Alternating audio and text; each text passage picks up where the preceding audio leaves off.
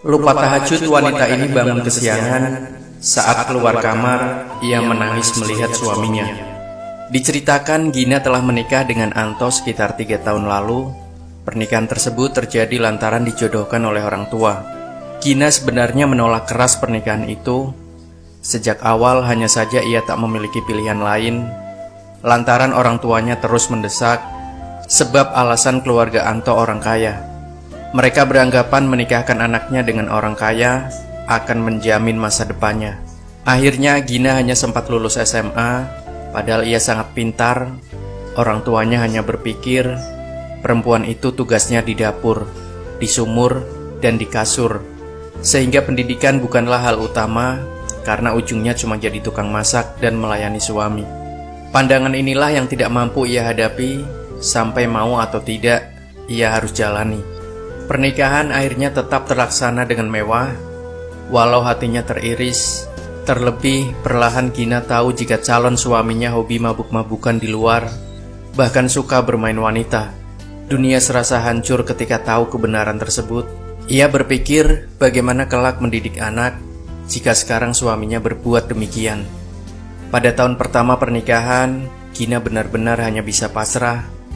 Kebiasaan hidup mewah suaminya membuat dia tak pernah bekerja.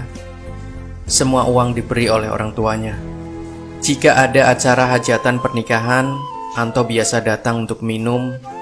Lalu jika ada waktu luang, ia suka gandeng wanita lain ke sana kemari, hampir setiap hari. Gina hanya mampu meminta pada Tuhan agar diberikan ketabahan. Karena pernikahan sudah terjadi, maka ia hanya berdoa mohon perubahan suaminya. Setelah 1 tahun menikah, Gina hamil dan keadaan emosi tidak begitu bagus. Ia mengatakan pada orang tuanya ingin bercerai, tapi orang tuanya menolak.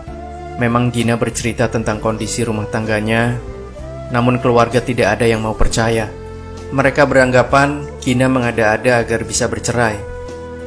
Seakan tidak ditemukan jalan keluar, akhirnya ia memutuskan menjalani semua dengan tabah, dan ia mulai berbenah diri, melakukan sholat tepat waktu dan tahajud.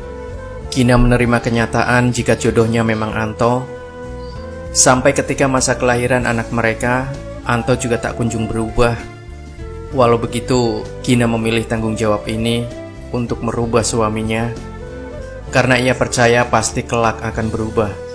Memasuki tahun ketiga pernikahan, tiba-tiba semua berita besar terjadi. Ibu Anto meninggal dunia, sehingga suaminya sangat terpuruk. Namun ketika stres, ternyata mabuknya semakin kuat. Gina hanya berusaha tabah, sampai suatu malam, Gina tertidur pulas, sampai lupa tahajud, karena lelahnya mengasuh anaknya. Ia terbangun ketika adzan subuh berkumandang. Tentulah ia buru-buru keluar kamar. Saat keluar itulah ia melihat pemandangan yang jauh berbeda. Suaminya sedang sholat subuh, dan setelahnya dia mendoakan ibunya. Hari itu rasanya dunia berubah. Anto ternyata telah berubah, dan tanpa sadar, tetesan air mata memenuhi pelupuk matanya ketika berdoa. Menyadari hal tersebut, Gina merasa sangat bersyukur dan ikut menangis, karena sepeninggal ibunya, Tuhan memberikan hidayah pada sang suami.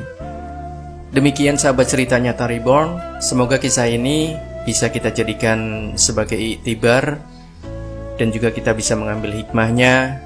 Jangan lupa nantikan terus kisah-kisah yang menarik dari kami. Sampai jumpa. Wassalamualaikum warahmatullahi wabarakatuh.